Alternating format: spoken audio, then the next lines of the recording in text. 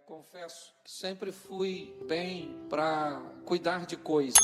Graças a Deus eu nunca tive problema para cuidar de coisas, para gerenciar as minhas coisas, as minhas finanças. Eu sempre fui muito bem sucedido nisso. E de um tempo para cá Deus tem me chamado para cuidar de gente. Eu nunca fui bom nisso. Então eu tenho aprendido a cuidar de gente, certo? E eu quero falar um pouco com vocês sobre isso. E na abertura da palavra, do Renan, ele falando de relacionamento, e eu não vou falar diretamente disso, mas lidando com gente, eu comecei a descobrir a dificuldade que as pessoas têm de manter uma constância, a dificuldade que as pessoas têm de se manter firme diante das adversidades, dos problemas. A grande maioria das pessoas que nós encontramos na nossa caminhada, ela tem por hábito usar máscaras, tentar esconder coisas que elas não conseguem resolver. Nós podemos cometer 2 erros fatais na nossa vida. O primeiro é contar nossos problemas para qualquer um. O segundo é não contar o nosso problema para ninguém. As duas coisas podem fazer você sucumbir, certo? Quando você se depara com uma mulher que acabou de perder seu filho e ela recebe Geazi na sua frente, ela diz para ele, vai tudo bem. Por quê? Porque não adiantava nada abrir o seu coração para aquele moço. Quando ela chega diante do profeta, ela diz, eu falei com o senhor para não brincar comigo, meu filho está morto, certo? Então muitas pessoas hoje sofrem. Eu quero usar um texto de Neemias, certo? Uma palavra que Deus colocou no meu coração. Mas eu preciso que você entenda que as suas conexões, os seus relacionamentos, eles fazem grande diferença. Vão trocar? Na sua história. Se você prestar atenção com quem você anda, por exemplo, Naamã ficou extremamente frustrado com a palavra que o profeta deu a ele. Quando o profeta diz a ele, vai lá e dá 7 mergulhos, naquele momento a casa dele caiu, a expectativa dele sucumbiu. Ele disse, eu não esperava nada disso, eu imaginei que eu chegaria aqui, o profeta sairia, colocaria a mão sobre a lepra, invocaria. Então ele estava cheio de expectativa, porém tudo que ele esperava aconteceu o contrário. Então ele disse, agora eu vou embora, porque não tem mais jeito, já era. Mas ele estava com gente, e as pessoas que estavam com ele disse, calma cara, se o profeta te mandasse fazer uma coisa mais difícil, você não faria? Então vamos lá, nós estamos aqui com você, vamos embora rapaz, vai lá e dá uns 7 mergulhos. Se você andar com a pessoa certa, as coisas podem ir bem. Se você andar com a pessoa errada, certo? Por exemplo, Pedro, ele estava preso, Atos 12, Herodes tinha mandado prender alguns, mandou matar Tiago, e agora manda prender Pedro, vai julgá-lo e provavelmente vai executá-lo. Estava agradando, Pedro está preso, 16 homens tomando conta dele, 2 algemados. E lá na casa de Maria, mãe de João Marco, Pedro tinha uma patotinha que ele andava junto, que não estava lá. Uma mulher que não tinha arma, não tinha material bélico, não tinha poder econômico, não tinha influência política. Andar com quem tem joelho, que conhece Deus e vai colocar a sua situação na presença de Deus, os céus se movem a seu respeito. Você tem que prestar atenção com quem você anda. Quando eu era garoto, tinha uma frase que dizia, diga-me com quem você anda e eu te direi. É mais ou menos assim, certo? E naquela oração o anjo entrou naquela prisão, chegou lá, tocou em Pedro e falou, acorda aí irmão, coloca sua sandalinha, pega a capa. Entrei com o alvará de soltura, tu tá livre, vamos embora. Ele passa por ali, o portão se abre, Pedro está confuso, não sabe o que está acontecendo. E quando chega lá fora, o anjo vai embora, o Pedro fala, nossa, estou solto, e agora? Que é isso, o que aconteceu? Sai correndo para a casa de Maria, mãe de João Marcos, chega lá, bate na porta. Olha que coisa estranha, a porta do presídio abriu para ele, e a porta da casa da mulher está fechada. Não é esquisito? A porta abriu para Pedro ou não? Sim ou não?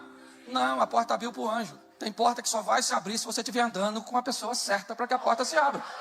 Então suas conexões, seus relacionamentos, você tem que ter cuidado com isso. Ok? Se você anda com a pessoa certa, elas abrem porta para você. Por que eu estou aqui? Porque eu comecei a andar com gente que abria portas. E eu cheguei aqui. Amém? Amém? Então eu preciso tentar te dar algumas informações. Eu sei que aqui tem teólogo, tem astrólogo, tem tudo aqui hoje. Ok? Tem gente que já... Eu fico até com vergonha. Às vezes eu pergunto, o que eu estou fazendo aqui? Pois é, mas Deus... colocou, com certeza o diabo não me colocaria aqui, certo? Então você espera um pouquinho que já acaba. Eu quero falar com você sobre a postura de um homem que enfrentou uma crise, sabe? Um poder que pode trazer para a sua vida um verdadeiro avivamento. Eu quero expor aqui avivamento nesse momento, com uma capacidade que as pessoas têm de sobreviver às intempéries, o caos, de conseguir realizar coisas apesar das circunstâncias negativas. Ok? Aquela historinha, quem quer dá um jeito, quem não quer dá desculpa e pronto. Qualquer desculpa que você dá para o seu fracasso, ele continua sendo fracasso. Então a decisão é sua, certo? Mas nós vamos dar uma olhada nesse moço, um texto muito conhecido, Neemias capítulo 1, verso 4. Diz assim: e sucedeu que, ouvindo eu essas palavras, assentei-me, chorei e lamentei. Feche os seus olhos. Senhor nosso Deus e Pai, em nome de Jesus, eis aqui a tua palavra. Continua falando conosco e usa-me como um canal de bênção. É o que te pedimos, Senhor, em nome de Jesus. Amém? Preste atenção que eu quero começar com o impacto de uma informação negativa, de uma situação contrária. Neemias está vivendo uma vida estabilizada quando alguns chegam de Judá e ele pergunta como estão as coisas lá. E a notícia que ele recebe não é uma notícia boa. Nossa cidade está assolada, os portões quebrados, o povo está em humilhação, ok? Ou seja, neste momento acontece algo com Neemias, algo que o coloca para baixo. Por quê? Porque toda informação negativa traz um impacto negativo. Ele recebe a notícia de que as coisas não estão bem lá, e nesse momento ele se assenta, chora e lamenta. Por quê? Porque apesar de servo de Deus, ele é um ser humano. Notícias ruins, perdas. Você vai fazer um exame e descobriu que tem algo que você não gostaria de ter.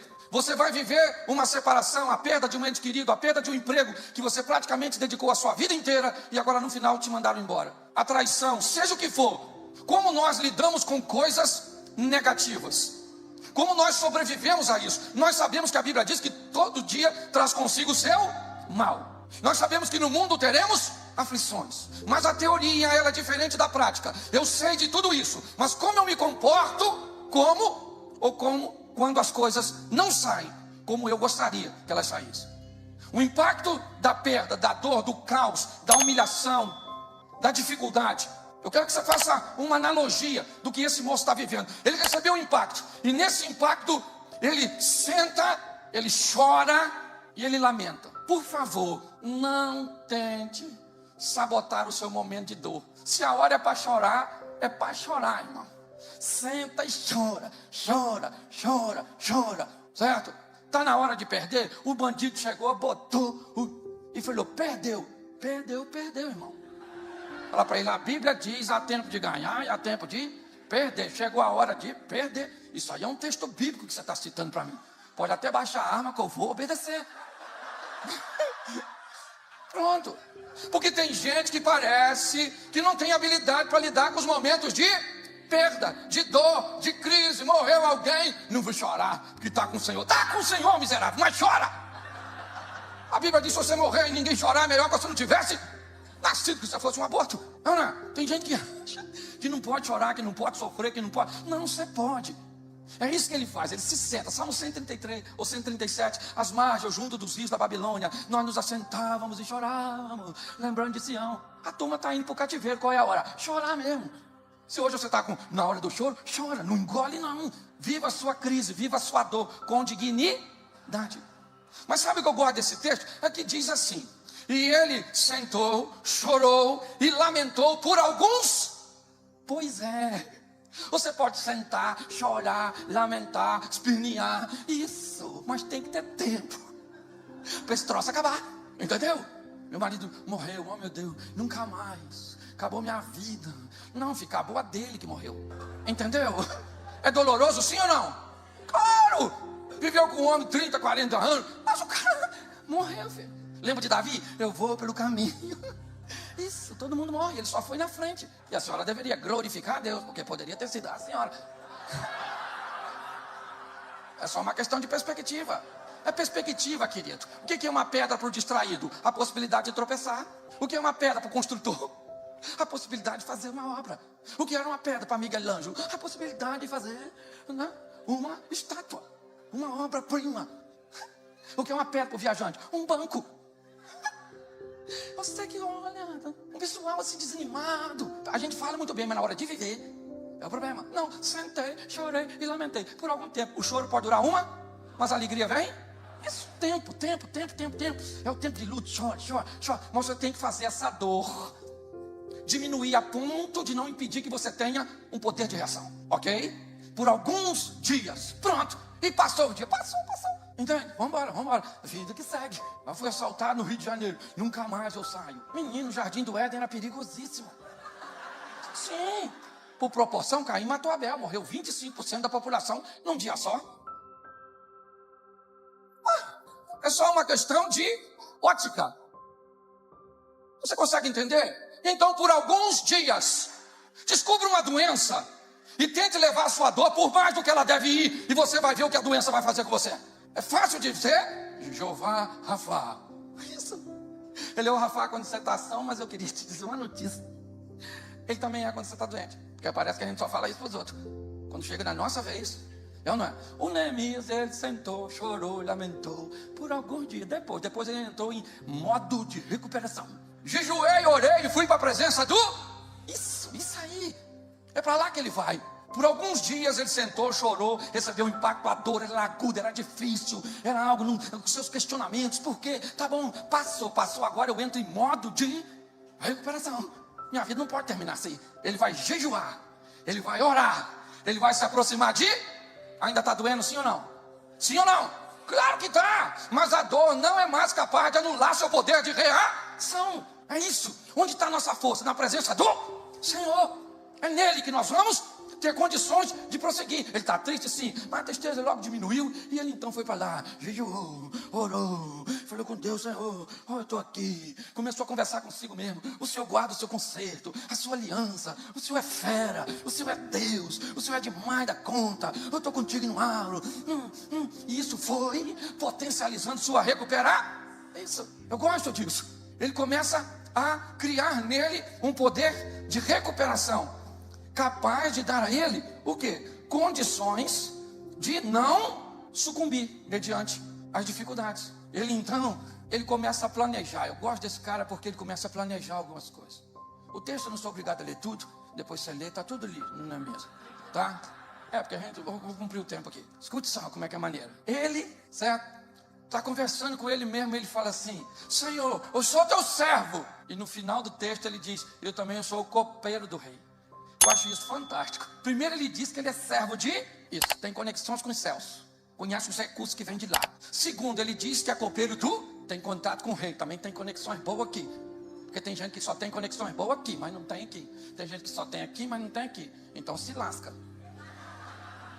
Você tem que ter conexões, porque o que não faz aqui, lá se faz. Amém? É assim que acontece. O que ele faz? Ele explica: eu sou teu e eu sou copeiro do... Então, Senhor, eu estou a fim de conversar com ele. E eu queria que o Senhor tocasse no coração. Isso é fantástico. Olha o que ele está usando. Está usando sua conexão com o céu para mover as conexões na terra. Ele está falando: eu sou copeiro dele, mas eu vou pedir a ele para me construir um muro lá em Jerusalém, lá em Judá. É longe pra caramba. E provavelmente ele vai deixar não, né? Sou só um copeiro. Mas enquanto eu sou copeiro dele, eu sou teu servo. Eu posso não ter uma posição tão influente aqui, mas eu conheço um Deus muito influente. Eu não sei, talvez você não tenha tantos recursos, você não tenha tanta coisa. Então você não tenha, quem é você? O copeiro, o gari, quem é você? O empresário, o pastor, o médico, o advogado, o Zé Ruela. Quem é você? Eu não sei quem você é. Você pode ter alguma função ou função? Isso não é muito problema. O negócio é o seguinte: antes de ser copeiro, seja servo de... Antes de ser empresário, seja servo de... Antes de ser pastor, seja servo de... Porque de lá vem o poder para mover aqui. Você consegue entender? Então é isso. Olha só, ele está dizendo: eu sou teu servo e sou copeiro do... Então eu preciso que o Senhor mova o coração. Olha só, agora ele vai por uma coisa que eu acho sensacional, que muita gente não gosta. E isso derruba o avivamento de muita gente, faz muita gente desanimar. Planejamento. Tem gente que não planeja nada, faz tudo pela fé, sem planejar. Você já ouviu um texto que diz assim: os planos de Deus não podem ser frustrados? Até Deus, que é autossuficiente, todo poderoso, faz plano. Um dia Jesus falou: eu estou a fim de ir lá em Betânia. Falaram para ele: então vão matar o senhor lá, viu? Ele falou: mas eu tenho um plano, eu vou de noite. Você tem plano? Olha que coisa fantástica. Neemias está diante do rei e ele está meio triste. E o rei falou: o que está acontecendo? Você está triste? Você está doente? Ele falou: não. Sabe o que é, majestade? A cidade, o sepulcro dos meus pais estão lá, a cidade lá está assolada. Estou chateado pra caramba. Poxa, o texto fala uma coisa magnífica também: estando a rainha pertinho lá. Eu não sei porque que falou que a mulher está lá. A única explicação que eu encontrei foi que eu imagino Elias, Neemias pedindo, e falou: ó, eu estou precisando ir lá ver o sepulcro e reconstruir a cidade do sepulcro dos meus pais. A minha história é uma história de família. Eu imagino que o rei olhou para a mulher, porque é assim que nós faz, não é? Quando alguém pede, a gente manda às vezes para caramba, mas a mulher está do lado, você olha. Aí ela faz assim, ó. Você já notou que é? Não é assim? Nós pensamos que nós manda, não pensa? Mas a gente pode ser quem for. A mulher está do lado, pediu. Aí o rei, claro, vamos resolver isso aqui agora. Sim. Isso é a maior verdade do mundo. Escute só. O rei olha para Neemias e diz: me pede o que você... Preste atenção. Me pede o que você quer. Eu estou chateado assim, sabe? A cidade está lá, destruída. Queria que o senhor visse aí qual é a brecha. Se não dá para construir. Quando o cara pergunta, o que você quer? Ele já tem um plano. Já está tudo aqui, ó. Ele falou: o que eu quero? Eu quero reconstruir os muros. Estou precisando de carta para passar nas terras. Eu queria que o senhor mandasse também um aviso para o Asaf, que é lá o homem da madeira, porque eu vou precisar de um alojamento, eu vou precisar disso, eu vou precisar daquilo. O cara tem planos. Faça planos, querido. Deus tem compromisso com quem tem planos. Eu sou pastor de uma igreja em Xerém há 4 anos. Nós montamos uma igreja para 200 pessoas. Xerém, sabe onde é Xerém? Xerém foi feito no 6º dia depois que Deus fez o homem. Estava indo embora e se lembrou e falou: Xerém, é lá onde eu moro. Você está entendendo? Glória a Deus. Amém? Xerém. Um local pequenininho. Com 2 anos nós saímos de uma igreja de 200 pessoas para uma igreja de 600 pessoas. Com 4, 5 meses que estávamos nesse ambiente, tivemos que fazer 2 cultos. Aí a doutora de Meia Williams vai lá pregar, escuta um barulho de máquina do outro lado da parede. Eu falei: não, aqui tem uma casa de material de construção mesmo, mas não funciona essa hora não, já quase 10 horas da noite. Não tem máquina lá não. Ela falou: não, estava quebrando a parede. É a casa de material de construção mais bem estabelecida lá. Menino, ela não fechou. Não orei nada, não tem nada a ver com isso. E o camarada foi lá e ofereceu. Nós alugamos. Há 1 mês e meio atrás nós compramos um terreno que o cara me vendeu 10 mil metros quadrados e me entregou 11.400 e pouco. Ou seja, mais 1.500 metros foi de lambuja. Por quê? Porque a gente tem plano, Senhor. Faça planos. Entenda bem. Esse indivíduo, olha só, ele tem um plano, ele apresentou o que queria. Porque o rei perguntou: quanto tempo vai durar? Sei lá, porque tem gente que só tem iniciativa, mas não tem terminativa. Nem sei. Acabativa, para ficar melhor, não é verdade? Pessoas são especialistas em comer, mas não conseguem terminar. Se um abismo chama outro abismo, uma vitória chama outra vitória, um milagre chama outro milagre. Quando você vai descobrindo que o Deus que você serve pode fazer, ele começa com coisas pequenininhas e termina com coisas... Ele estava tudo na ponta da língua. Eu sei o tempo que vai durar, eu quero isso, eu quero aquilo outro. O rei falou: então vai na tua, irmãozão. Ele chega em Jerusalém, 3 dias ele não fala nada, fica quietinho e vai fazer uma vistoria. Também gosto disso. Vou fazer uma leitura do que está acontecendo. Lembra do Ezequiel? Nossos pais caíram na espada, nossos filhos e filhas foram em cativeiro. Por causa disso nós estamos vivendo isso. O cara fez uma leitura antes de tomar uma iniciativa. Descubra o que está acontecendo. Faça uma vistoria no teu casamento para saber quem é ruim, se é você ou se é seu marido, ou se é os dois. Porque o diabo não é que ele está preso. Entendeu? Sim, faça uma vistoria. O que é que está causando problema na sua? Depois você está lá 3 dias, ele não faz nada, ele vai dar um rolezinho, ele olha, todo dia, ele não falou com ninguém. Sabe o que eu acho mais interessante? É que ele não fala com ninguém, e o tal do Sambalate, do Tupi, ele não falou com ninguém, não é? Mas os caras já sabiam. Me parece que essa turma exercia um cargo, me parece político, certo? Em Samaria, Sambalate, e provavelmente como a chegada de Neemias ali foi por uma autorização do rei, tinha algum envolvimento disso, talvez a informação tinha vazado. Mas isso aí é outra história. Esse pessoal não gostou. Por quê? Porque sempre alguém vai ficar irritado com a sua vitória. Eu sou da roça. Lá na roça, muitas vezes eu vi o cachorro latindo para a lua. Quem lembra do cachorro latindo para a lua na roça? A lua cheia, o cachorro queria morder a lua. O cachorro. O mais interessante era a postura da lua. Pois é, querido, deixa os cachorros latir, você veio para brilhar. Deixa latir, vão latir, que fique latindo. A lua nunca deu confiança pro cachorro. Será que você vai estar a fim de dar? Dana-se! O pessoal não gostou do que Deus estava fazendo. E Neemias chamou a turma e falou: aí, rapaziada, deixa eu falar com você o que está acontecendo. Ele cria uma motivação no povo. Por quê? Porque o rei só mandou os recursos, os materiais, mas não mandou mão de obra. Então Neemias chega lá e falou: aí rapaziada, chega aí que eu vou falar para vocês. Sabe, eu sou copeiro, sou mesmo copeiro, mas sou servo de Deus. Fui falar com o rei, aconteceu assim, ele me deu as cartinhas. Olha aqui para ele, tudinho, isso, então nós vamos construir. Ele queria uma motivação. Hoje o maior desafio da liderança é conseguir motivar o povo. Porque o povo sai às vezes do culto motivado. Mas essa superficialidade faz com que a motivação vá embora na mesma velocidade que chegou. Você pega pro cara assim: você vai vencer, você vai vencer, você vai vencer. Aí o cara fala assim: eu vou vencer, eu vou vencer. Isso, o pessoal falou lá, pô, um montão de pregação: eu vou vencer. Isso, o pastor Cid falou que eu vou vencer, eu vou vencer, eu vou vencer. Isso, aí acabou o culto. Aí você vai pra casa no seu carro: eu vou vencer. Falou que eu vou vencer, eu vou vencer, eu vou vencer mesmo. Eu ia vencer mais lá no culto do que agora. Diminuiu um pouquinho, mas eu ainda vou vencer. Isso, aí você dorme, amanhã cedo você acorda, você fala assim: eu vou vencer, gente, eu preciso vencer, gente. Eu não posso perder, eu preciso vencer. Nossa, eu vou vencer sim, eu vou vencer. Eu vou vencer. No final desse dia você está assim: eu vou vencer? A frase continua a mesma, só muda a pontuação. O grande desafio é motivar a turma. Por isso que o povo tem que estar na igreja direto. Porque acabou a motivação, você vem de novo. Vamos embora, eu ia vencer ontem, mas já cheguei aqui perdendo. Vamos embora, miserável, você vem de novo. E é assim que as coisas funcionam. É ou não é? O cara, ele tem um propósito, ele tem uma finalidade. Não é um sambalato, não é um tubi. Essa turma não vai desanimar o cara. Ele foi lá, explicou o que Deus estava fazendo na vida dele, disse o que o povo era capaz de fazer e colocou o povo para trabalhar. Isso. Colocou o povo para trabalhar. E o pessoal falou: esse murinho vai cair, não sei o quê. E eles estão trabalhando. Ele é esperto, botou os caras para trabalhar na frente da casa deles, porque os caras estão trabalhando para proteger sua própria casa, sua própria família. Mas a oposição, ela é terrível. Isso tem uma coisa que é legal, é a oposição, porque normalmente ela nos empodera. Quem sabe lidar com oposição, por exemplo, quer ver? Assim, às vezes a senhora descobre que lá na empresa onde seu marido trabalha, a senhora apareceu lá e tem um mulherão. O que a senhora pensa? Vou melhorar a minha carcaça, porque a concorrência cria uma demanda para a senhora melhorar. A senhora descobre que o processo de falência...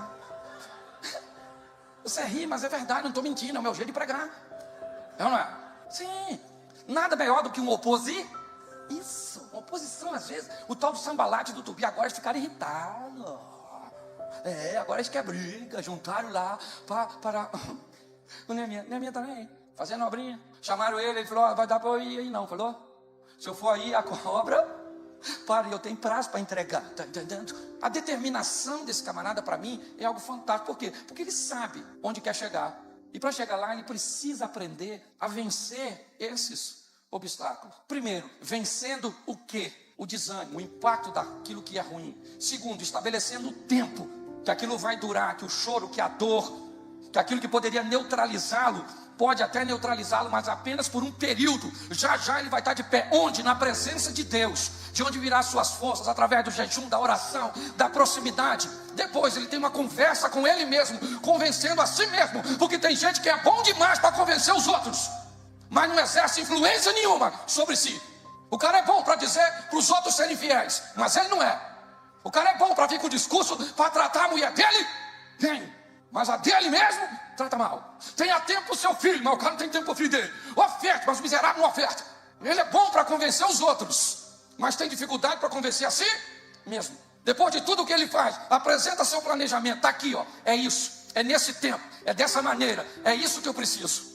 Quando chega, faz o quê? Uma vistoria, uma varredura, uma observação. Nem sempre o que vai te levar para o fundo está na sua vista. O que ia afundar o navio daquele moço lá, do profeta Jonas, era alguém que estava no porão e não no convés. Tem coisa que vai fazer a tua vida afundar, que ela não está no convés, ela não está visível. Você vai ter que procurar, vasculhar, fazer uma varredura e tirar da sua vida. Por isso vivemos com pessoas muitas vezes inconstantes. Até na própria igreja, você chega lá, o cara está lá esse mês ele está lá, por quê? Porque o cara está avivado, fala a língua estranha. O cara, mês que vem, cadê o cara? Estou querendo enviar. Meu filho, mas você estava tão bem. Pois é, mas não estou mais. O inimigo está furioso, mas sempre teve, nunca vi ele calmo. Não é de hoje que esse miserável está furioso, não é verdade? Então essas pessoas ficam vivendo esse ciclo. Eu não tive referencial. Eu sou o primeiro pastor na minha família.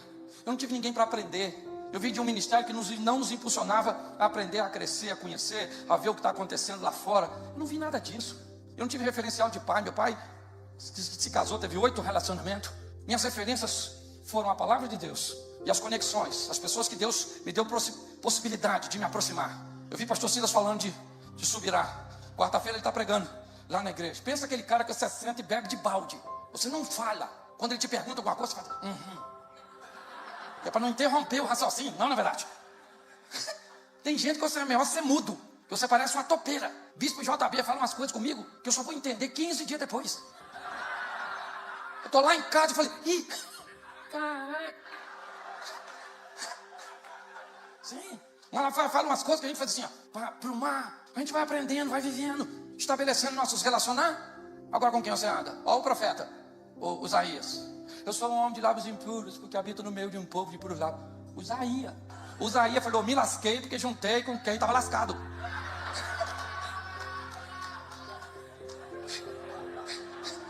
Eu não estou falando do seu, estou falando do Usaías. Se o Usaías ia se lascando, ele só não se lascou porque a misericórdia de Deus veio. Ele disse, eu vi o Senhor, eu falei, agora eu morri, estou me lascado mesmo. E aí um serafim voou até mim, com a brasa na mão, tocou meu lábio e me disse, tua iniquidade foi tirada, teu pecado foi apagado. E foi uma das conversas mais estranhas que eu já vi hoje na minha vida, foi a de Deus e Usaías. Porque no final, olha o que Deus diz, a quem enviarei? Só tem os dois. Usaías falou, quem ele vai enviar? Eis-me aqui, vou eu mesmo, não.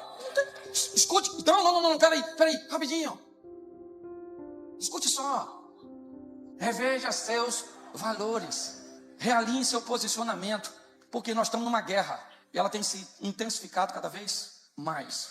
Tem se tornado muito mais clara a cada dia. E o que nós vemos? Valentes caindo. Parece que nós estamos vivendo uma batalha da Idade Média. Todo mundo correndo, e você está com a sua espada aqui, você, cadê o cara que estava aqui? Caiu, maluco. E tu não pode...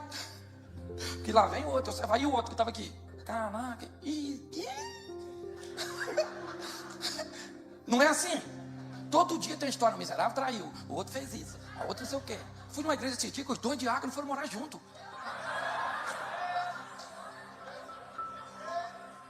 Eu falei, sangue do... Falei, gente, Jesus voltou e eu fiquei, não é possível. Deve ter acontecido isso em algum momento. Então nós estamos cada dia mais encontrando oposições mais fortes. Esses dias, lá onde eu pastorei, nós colocamos um outdoor e damos título ao ano. O ano do crescimento, o ano, e eu acho bonito. Um dia, estava chegando um amigo, e eu todo orgulhoso, falei para ele, aquele outdoor lá é o outdoor da igreja, o ano. Aí ele falou assim, nossa, vocês são cabecinha ruim. Eu falei, como cabecinha ruim, rapaz? Eu botei lá um ano todo aí para o pessoal orar e... Ele falou, pois é, vocês estão pensando no ano, o PT está pensando em 20. Os caras já estão planejando para frente aí, para como vai arrebentar vocês, vai lascar. E o cara nem crente era. Eu olhei e falei, eles pensam assim, tão longe? Eu falei, caramba, só estou pensando nesse ano, caraca. E eu ia deixar para descobrir o tema só no ano que vem, no começo. E assim que funciona, não está para parar não, meu filho. O justo vive e dá, e ele não retrocede, ele vai adiante. Então nós temos que ser avivados. O que é avivado? Avivado é ser cheio do Espírito, sim, meu filho, mas também é ter força para não parar. É para continuar olhando, vamos embora. Você sabe o que acontecia na primeira guerra com as armas que mudaram na segunda? A primeira guerra, as armas tinham mais poder de fogo e matavam mais. Na segunda guerra, diminuíram a intensidade das armas, para que ela ferisse mais do que matasse. Porque um soldado ferido, ele precisa pelo menos de 1 ou 2 para se deslocar. Está assim de gente doente, precisando de ajuda. Qualquer coisinha para, você para. Pastor, não vim à igreja. Não vim porque não estava afim. E ninguém foi me visitar. Vocês não estavam... Queria ver se o pessoal dava falta. Falei, não deu não, filho. Não deu não. Vou falar a verdade, eu não dei. Então eu vou embora. Embora para onde, filho?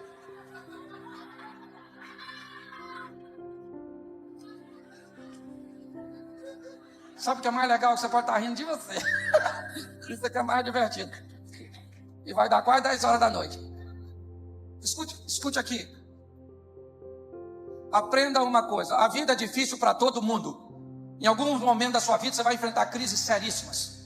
E aprenda uma coisa para você lidar com gente. Quando alguém te fizer alguma coisa, te falar alguma coisa, não escute apenas o que ela está te falando ou o que ela está fazendo. Escute o que ela está sentindo. Porque às vezes ela só está se tornando má daquele jeito, nociva e tóxica daquele jeito, porque está infectada por um problema emocional, ou muitas vezes por um problema físico, que não tem coragem de compartilhar com ninguém. Ele não era assim, mudou o comportamento, ficou evasivo, agressivo, malicioso, isso, e negativista. Querido, não escute só. Eu falo isso para quem é casado. Não escute o que a pessoa fala. Tenta sentir, né, o que ela está sentindo ao te falar. Se você tiver habilidade, e eu fecho aqui para você entender. Há um tempo atrás eu estava lá no sítio recebendo um casal de pastores que tinham vindo dos Estados Unidos. E aí então, saí com eles queriam resolver algumas coisas. Minha esposa ficou. Estou chegando com eles no sítio, com meus convidados. Minha mulher vem saindo com o carro dela na rua, dentro do sítio, aquele poeira subindo. Falei, gente, a mulher também é doida ali vindo. E ela veio, passou por mim com uma bala. E eu parei o carro, falei, gente, o que aconteceu? Ela freou lá, a poeira subiu. Ela voltou de reabrir o vídeo, falou assim, vou ali fora resolver umas coisas. Eu falei nada, fechei o vídeo, falei pro casal que estava assim, aconteceu alguma coisa na minha ausência. Eu vou deixar vocês aqui, vocês almoçam, que eu vou lá ver o que aconteceu. Deixei e fui para casa. Cheguei em casa, ela nervosa, andando por um lado e por outro.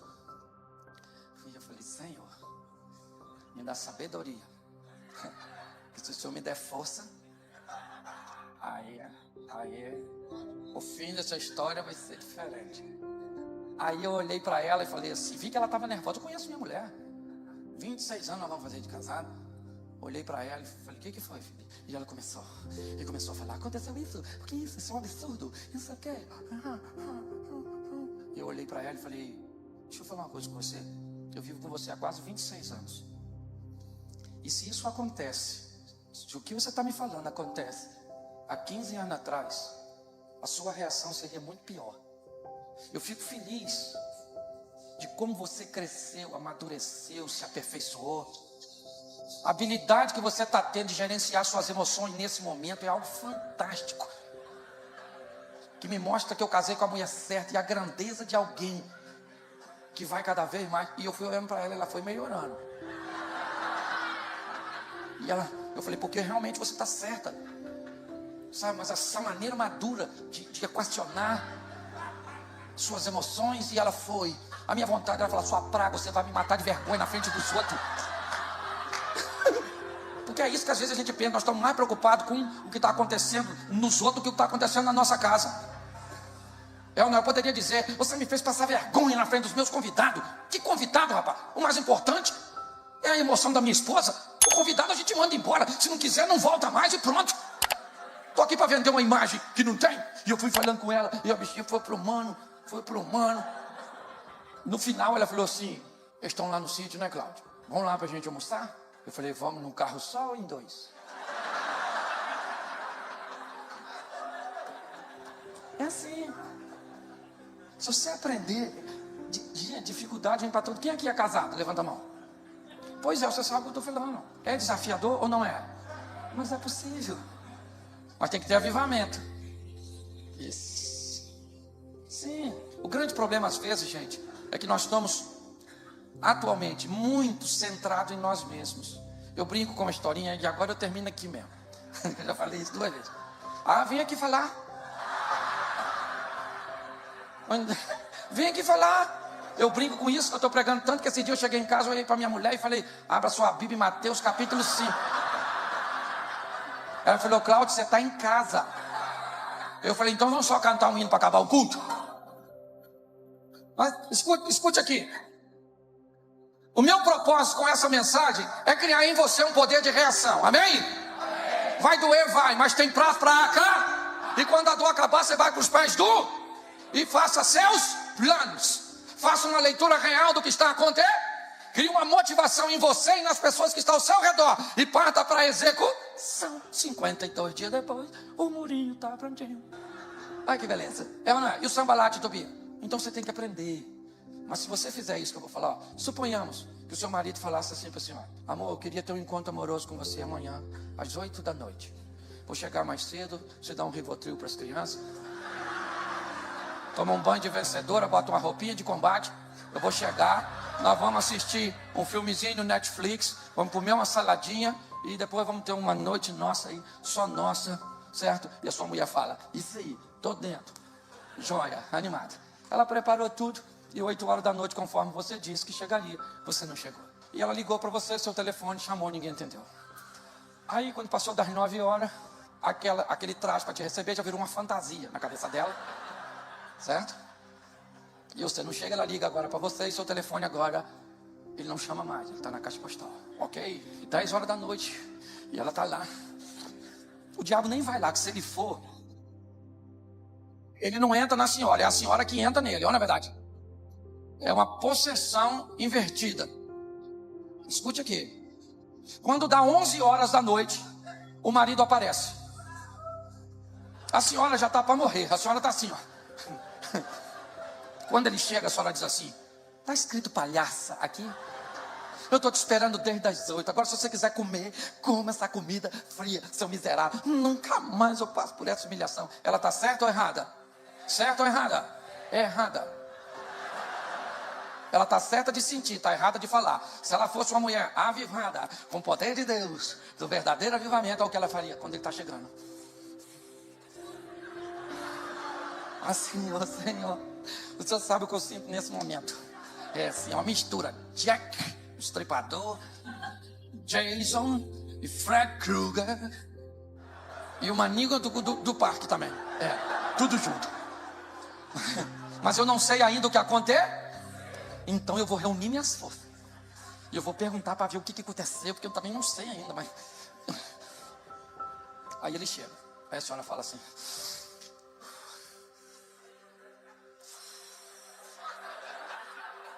Senhor, o que aconteceu? Você falou 8 da noite. É 11. E ele diz assim, ô querida, peguei o ônibus às 18h30. 20 minutos depois, 3 meliantes anunciaram um assalto. Roubaram meu celular. Ela. Por isso que ele não entendeu. Pois é, garoto. Levaram minha carteira. Me deram uma coronhada na cabeça. Fomos para a delegacia, um ônibus lotado. Na minha vez de fazer ocorrência, o policial achou que eu fazia parte da quadrilha. Quase que eu fui preso. Aí uma boa mão generosa lá me emprestou dinheiro para pagar o ônibus e vim. O que essa mulher está pensando agora? Ó, Senhor, a gente julga as pessoas tão mal, né? Ainda bem que não falei nada, né? Como já está sofrido assim. Aí, isso aqui é avivamento, ó. Meu filho, escuta aqui. Sua noite não acabou ainda não. Eu vou esquentar a comida e eu sou mais bandida que aqueles bandidos tudo. Você tá entendendo? Eu? Ô querido, se isso não for espiritualidade... Mas não, você não quer saber o que aconteceu com seu marido durante o dia. Você não quer saber, você chegou em casa, a casa não está do jeito que você queria que ela tivesse. Pois é. Você não quer saber por que não está, por que a comida não está pronta, por que as crianças não estão arrumadas, por que não aconteceu isso, não aconteceu aquilo. Não. Crises pequenas são potencializadas. Sabe? Pessoas estão bem ruins para resolver seus problemas. Hoje, aliás, o método para se resolver é pior que o problema. Tem gente que você vai ajudar... Você olha para o problema, ele não é nada. O que estragou tudo foi a metodologia. É mais ou menos como a garrafa de álcool caiu, rachou. A senhora foi para o álcool não desperdiçar. A senhora pega o álcool e coloca na garrafa de Coca-Cola e guarda no cantinho. Boa intenção, sim ou não? Claro, evitar o desper. A Coca-Cola está lá no cantinho. A garrafinha está lá. O tempo passa, uma semana depois. Vou usar um exemplo aqui. Seu marido lá, fumando na sala, o cigarro cai no sofá, pega fogo. O que o marido olha? Uma garrafa de água. O que é um líquido incolor numa garrafa de Coca-Cola? Água. Ele vai lá, pega, pensa que ele é um bombeiro, cheio de boas intenções, abre, aponta para o fogo, esguicha. Quando ele esguicha, explodiu aquele fogaréu. O homem está confuso, chamuscado, achando que ficou rico, pois descobriu a combustão da água. Não é verdade? O cara está... Nesse momento que ele está queimado, confuso, quem é que chega? A mulher. Olha aquela cena. Seu burro! Isso era? Ele diz: quem foi a jumenta? Os dois tinham boas intenções, sim ou não? O resultado foi bom ou não? Pois é. O que vale não é a intenção. Aprenda a lidar com seus problemas e divirta-se. Você veio nesse mundo para ser feliz. Com quem? Com Deus. Esse dia me perguntaram: pastor, sua mulher te faz feliz? Eu falei: nunca. Nunca na vida. Eu não dependo da minha mulher para ser feliz. Não dependo para meu filho para ser feliz. Não depende se a igreja está cheia, está vazia. Se hoje tem um pregador excepcional. Se não tem isso, se está chovendo, se está... Que história é essa? Eu vou colocar essas coisas que mudam a todo momento, temperamentos, uma série de fatores, para estabelecer minha felicidade? Não. O dia que morrer um ente querido meu, você vai me ver triste, chorando, mas feliz em Deus. Certo? Então divirta-se, rapaz. Um avivamento de Deus para quê? Dana-se, dana-se, dana-se, dane-se. Dana-se. Vambora. Ih, morreu, vamos chorar. E agora enterrar. E agora? Vambora. Eu, minha mulher de paixão, se morrer, eu enterro. Vou falar lá nos sepultamentos, logo que está aqui a mulher mais amada até ontem, quando morreu. Porque hoje eu não amo mais, porque a minha religião não permite amar defunto. Que vida que segue. Fala para quem está do seu lado: eu sou feliz. E não depende de você. Isso. Você pode ficar de pé? Isso, estou em cima da hora. Fecha seus olhos, pode fechar que ninguém vai pegar nada seu. Eu sou carioca, mas sou convertido. Mas aqui também o negócio está ruim. Fecha seus olhos. Curioso. Senhor, muito obrigado, mas muito obrigado mesmo. Pela oportunidade de estar num ambiente tão agradável. Eu tenho certeza que eu não deveria estar em nenhum outro lugar que não fosse aqui nessa noite. Muito obrigado, ó Deus. Que não sejamos apenas ouvintes, mas praticantes da Tua palavra. Que venhamos entender, ó Deus, que as lutas, as dificuldades, as fraquezas, elas fazem parte da nossa humanidade. Mas em nome de Jesus, ela tem tempo. Porque depois que ela passar, nós vamos se aproximar de Ti em jejum, oração, presença. E nós vamos reverter essa situação, porque nós não vamos ficar prostrados. Muito obrigado, ó Deus. Continua conosco. Em o nome de Jesus. Você pode dizer amém? Que Deus abençoe. Muito obrigado, amigo.